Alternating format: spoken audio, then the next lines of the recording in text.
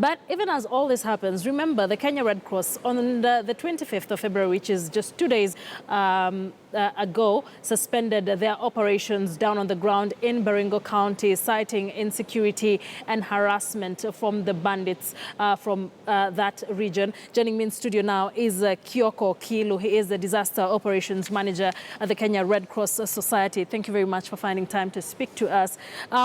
The Kenya Red Cross is always the first on the ground in such situations.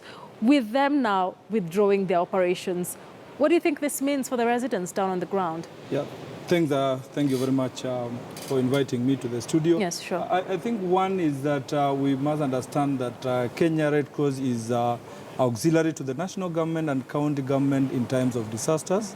We are impartial, we give support to everyone, regardless of their race, regardless of their religion, regardless of their ethnicity. It's very unfortunate that we have to suspend temporarily the operations in Baringo, but this is occasioned by the fact that there were disruptions in our operations as Kenya Red Cross. When you say temporarily, when are we going to see you get back? Do you have like a timeline? Or until when security is restored? We have no timeline. I think there are negotiations between the Kenya Red Cross and the leaders on the ground. Once we get the guarantee on the security of the Kenya Red Cross personnel, Kenya Red Cross volunteers and Kenya Red Cross property, then we should be able to go back to field as early as today. So when do we draw the line between the humanitarian situation down in Pokot? Hundreds of people have been displaced. Some have lost their lives. Children are sleeping out in the cold. And what is happening? Does it put you in an awkward position? Actually, I may say, Annette, this is something that really puts us into a very, what we call a conundrum. Because here I was leading an operation on the ground and looking at the imperative humanitarian needs, seeing women and children go without food, seeing women and children without shelter. And I'm there now trying to provide that shelter, providing that health care, the need at the hour, and then we cannot be given access, we cannot be assured of our security. Then the question is, which comes first? Is it our security? Is it the humanitarian needs of the communities? And now that's where we come to a complex situation.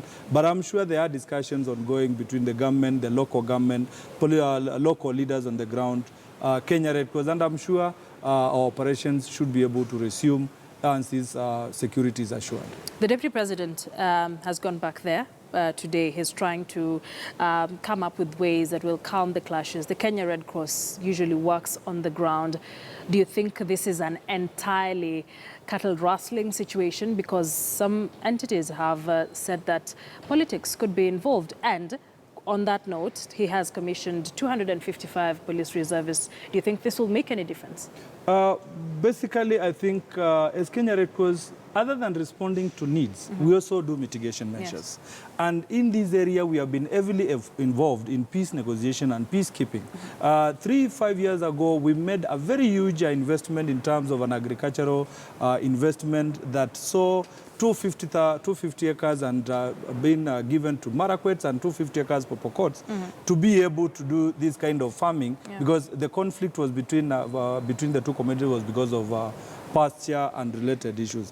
But of late, we have seen us as Kenya Red Cross go into peace negotiation. Tomorrow there is a big peace meeting between the Pokots and MARAKWET somewhere in Tot, and Kenya Red Cross has been a key player into this. On this last Saturday, there was a peace negotiation between the Ishamus and the professionals in Nairobi went down to talk to the Morans, talk to the Libons, to really to cease fire and to understand why are people coming arms for their communities. So as Kenya Red Cross, we have been part and parcel of the peace process negotiation, and not only in Baringo. We have done it in Tana River, we have done it in Mandera, we have done it in Moyole, and some of these peace deals are still in place to date. Thank you very much for speaking to us. Kioko Kilu is the Disaster Operations Manager at the Kenya Red Cross Society, and definitely we will continue keeping you up to date with the latest. He says they expect to go back to work as soon as possible, as engagements are currently ongoing